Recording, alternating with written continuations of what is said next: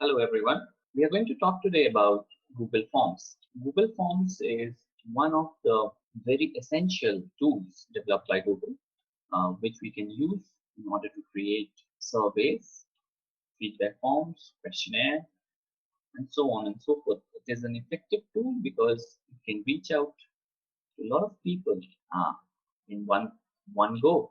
So here, how do we go to that Google Form? We have an option. We can just type it Google. We click on this. We are taken to Google Forms here. All right. Now the commercial version of Google is Google Suite, which can be used by educational institutions, organizations to create larger pool of people in and larger collaboration in one go. But for all of us here, we can use simple personal Google Forms here. So you can see you can click on go to Google Forms. While we click on Google Forms, you can see that this is the interface which will be coming here. So if I have to create a new Google Form, what I'll do is I can click on this blank, or you can see these are the other options. If I want to go to sheets, slides, or forms, I can do it. Otherwise, I'll click on start a new form. So when I click on a form here, this is the interface which will be generated. For me, it's easy going, it's comfortable because I have done it. Now you will see how things can move. What are the things specifically which we should go for? First thing which we'll do here is we'll click on the untitled form and give it a title. So for example, if I want to research about online teaching learning interface, so I'll just write it online teaching learning interface. All right. And if I have to give a form description, this is the one below it. So I'll just write that this created to take perception people regarding online teaching learning. All right. So this thing is now created. So my title is ready here. What I can do is I can go to untitled form. Just have to click it here at the top left part of the screen. I'll click on here, and you'll see you get online teaching learning interface. Whatever I've written over here comes out to be here. Now you can also see one more thing. All changes saved in Drive shows here. So like the traditional method we have, where we have to always save the form, we don't need to do it here. It can be done automatically. Now the other things which needs to be taken care of is how to create the other questions in the form. So you see on the right hand side there is a ribbon. It talks about plus and all the other signs which are there. If you just take the cursor up here, you can get what it actually sees. So for example, the first one is add question. If I want to add a question, I can click on plus and a question will be added. If I have to import questions from my already existing lists on my Google Drive, I can do it from here. If I have to change the font or title, add title on description, I can click on here. If I have to add an image in order to make it look the screen a little better, a little more catchy, then I can add image to my questionnaire. If I have to add a video, I can do it here by clicking on this. And if I have to add sections, I can click on this. We cannot show it all of these things, but what you can do is I'll just show how the questions can be inbuilt after here. So this is untitled question, and with all the artificial intelligence coming in, if I just type the question, the option. So basically, a questionnaire or a test battery consists of two things. One, the statement. The other one is the scale. So if I am going to write down, type a question, a statement, Google will automatically prompt me for a scale. Which one is the most appropriate scale? So I just write name here. I write name and I leave it. You see a short answer comes up automatically. Short answer question, name of the respondent. It comes automatically. So I can just click on this and you can see there are other options which are there, like paragraph, multiple choice, checkboxes, drop down. You can also upload files here. You can have linear scale. You can have multiple choice grid, checkbox grid. date and time. All these things can be generated by click of mouse. So I have just written here name, and you can see a short answer comes in. Now, what are the specific usage of the other keys here? This is the picture which you can have along with the question. An image, if you want to insert, you can just click on this and you get an image. Here it's about duplicating. If I want a similar kind of question, like for example, I would want age of the person, then I can just duplicate it here.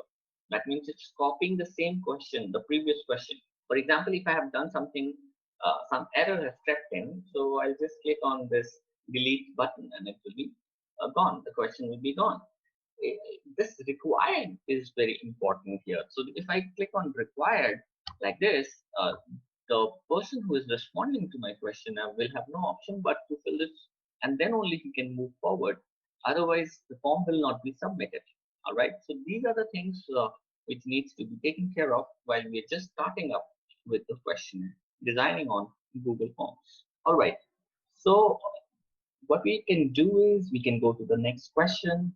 I can copy the same link as I have said before. So I'll just duplicate it once more. The name comes up automatically. I can make an edit over here. I can just write down age. That's it. So if I write age, the response validation has been added that it has to be a number. For example, yeah, it is a number. So I can let it be or I can remove it. All right. It can be a specific number over here. You can see. You can click on this and you can get it. So now what happens? I'll also make it a required question. Since the earlier question was also a compulsory question, this question is also a compulsory question because I've used the duplicate command here. So you can see this asterisk which is marked here tells us that this is a compulsory question which needs to be answered before we proceed to the next one. All right. We can also add question here, and if you don't want to duplicate exactly this thing, you can just add it.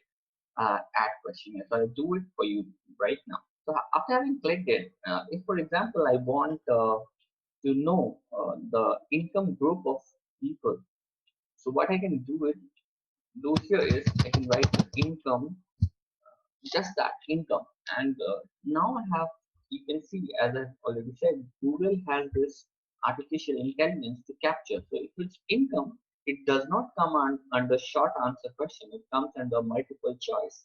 Okay, we have an option here. We can use multiple choice. So for example, we are talking about the annual income. Then we start with the first thing is rupees 5 lakh. All right, and then you can go to the next option which says that 5 lakh to 10 lakh, and the third option, say for example, above 10 lakh. This is how you can do it. This is a multiple choice question, and you can just go about doing it. Now, if I want to add one more question in which I want two responses to be, it can be two responses for one question. For example, if I click on add question, okay. So for the next question, if I want my respondents to answer that what profession they are in, maybe they can be online educators, maybe they can be offline educators like we all are professional, but there are some who are just teaching online. So and there are some who are both. That means teaching online and teaching offline as well as both. So in such situations, we can use. I'll just show it to you here. I'll just add a question. I'll just write it here. Occupation. I'll give options as, I'll make it check boxes. Okay, I'll not keep it at multiple choice. I'll keep check boxes here. The first option which I'll give is, say, professor. Second option which I'll give here is online educators, may not be professors. And the third one, if I say both professor and online educators, right? So what can happen? You can just click on, or if I remove both, okay, and I just keep it at that because both will not serve the purpose for checkboxes. I just click, and I'll see if I have professors and I have an online educators. And if a person is good, then checkboxes can work. It does not work for multiple choice. Either you can be a professor or online educator. But if you want to use it for giving both the options and it can be clicked, uh, if both the options are to be clicked, then we can go for checkboxes. All right. Moving on to the next question, we can keep on, adding to the demographics, because what we are talking about right now is name, say age, income, occupation. These are all the demographics which we want to understand, or say, for example, geographical locations. All right. So this can be kept as one section for a question. And this we generally do for a question, and designing those who are into this field will be acknowledging this fact. So what we can do is we can click on add question if we want to continue going for the demographics, or if I want to change the section, I can click on add section. So that means demographic part will be over, and then I'll straight away move on to a full-fledged questionnaire section. So now here you see this is the untitled section over here. I'll just write that I want to study the behavior of online teaching learning. So I'll just keep it on that, and this is the section which has been created. If I go back again, I'll see this is the section 1 of 2, which first one was demographic part, the second one is the scale part. So now I'll add questions here. Say for example, the first question is, what kind of thing you use to spread information among your students? So again, this can be a multiple choice question if there may not be any kind of you know that the question is itself taken into isolation, and then put it like that. So for example, I take it through video conferencing, I take it through webinars, or I take it through Google Classroom, or I use email for teaching my students, or say I use WhatsApp for doing this. Now, what happens here? If there is a multiple choice, you will be able to click on one, and that's all. But for a teacher who is using all the methods, it will be a difficult proposition for him to. So he'll have to make a choice. So therefore, what we can do is we can just click on checkboxes, and you can have multiple options here. Okay. Now the next question which can be taken up here is uh, based on say image. So what I'll do is I'll create a next question, and here you can see an images, add images coming up here. I do not know what the image will be like. It can be anything. Okay. So now here you can see when I say image, you can have this interface. You can insert image by uploading it from your own computer. You can do it by using the camera, the webcam. You can also use the URL for the link of that image. You can use photos, you can use Google Drive, and also you can Google image search and get that picture of your liking. So I'll just use upload because I have that already there in my system. So I'll click on this, and that's it. When I click, it's uploading here. After it's uploaded, it will give me a signal. Yeah, so it has been uploaded. Now you can see this is the image which will be shown here. Now this has been uploaded as an option, so therefore this is a lesser image pictorial. If I had to do it with the question which I originally intended to do, I'll click the image button here, and I'll go back and process the same thing again. You will see a larger image popping up. So you can have options also as image if somebody wants to use it. So here, so this is the larger image which comes in now. I can ask my respondents a question like marketing, researchers do it very often. Uh, so what do you find interesting in this image? This is just a representational image. Okay, you can always have a scientific image to do away with whatever you want.